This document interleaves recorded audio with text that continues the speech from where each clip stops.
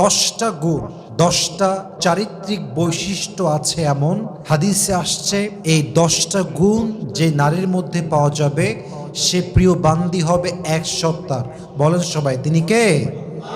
তো যেই নারীরা, যেই মায়েরা, যেই বোনেরা আল্লাহর প্রিয় বান্দি হতে চান, আল্লাহর কাছে সবচেয়ে কাছের প্রিয় বান্দি হতে চান, যারা আল্লাহর কাছে পছন্দনীয় হতে চান, যারা আল্লাহর কাছে সবচেয়ে গ্রহণযোগ্য একজন বান্দি হতে চান, এই 10টা আমল নিজের জীবনের সঙ্গে একদম স্ট্রংলি সেট করে নেবেন।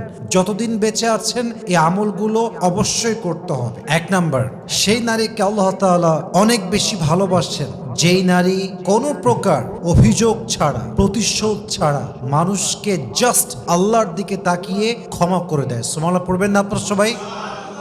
কোরআনে আল্লাহ তাআলা বলেছেন মুত্তাকীদের একটা শ্রেষ্ঠ বৈশিষ্ট্য হচ্ছে ওয়াল কাযিমিনাল গায়য, they will control their anger, তারা তাদের রাগকে, ক্রোধকে কন্ট্রোল করে, এবং তারা ওয়াল আফিনা আনিন নাস, দে ফরগিভ পিপল, এবং মুত্তাকী যারা হয় তারা মানুষকে নির্দ্বিধায় ক্ষমা করে দেয়। সুবহানাল্লাহ পড়বেন না আপনারা সবাই?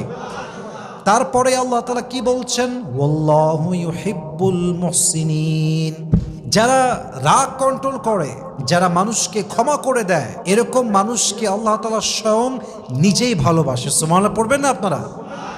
এবং এটা বাস্তব কথা যে মেয়েদের মাঝে জেদ একটু বেশি থাকে। তো যেই মেয়েটা জেদের বশীভূত না হয়ে নিজের রাগকে কন্ট্রোল করতে পারে, যেহেতু মেয়েরা ছোট্টবেলার থেকেই অনেক মায়াতে, আদরে, ভালোবাসা পেয়ে বড় হয়, তাই তাদেরকে কেউ কটু কথা বললে সঙ্গে সঙ্গে ইগোতে লেগে যায়, ব্যক্তিত্বে লেগে যায়। তো মেয়েটা সহ্য করতে পারে না এবং সে তার রাগের বশীভূত হয়ে রিভেঞ্জ নিতে চায়। সে রিভেঞ্জ নিয়ে, প্রতিশোধ নিয়ে নিজের মনের শান্তি খুঁজতে চায়। কিন্তু এটা না করে যেই মেয়ে আল্লাহর দিকে তাকায় ক্ষমা করে দিবে, রাগের বশীভূত হয়ে গালি না দিয়ে যে তার জবানকে কন্ট্রোল করবে, রাগকে কন্ট্রোল করবে, সে নারীকে ভালোবাসে একজন।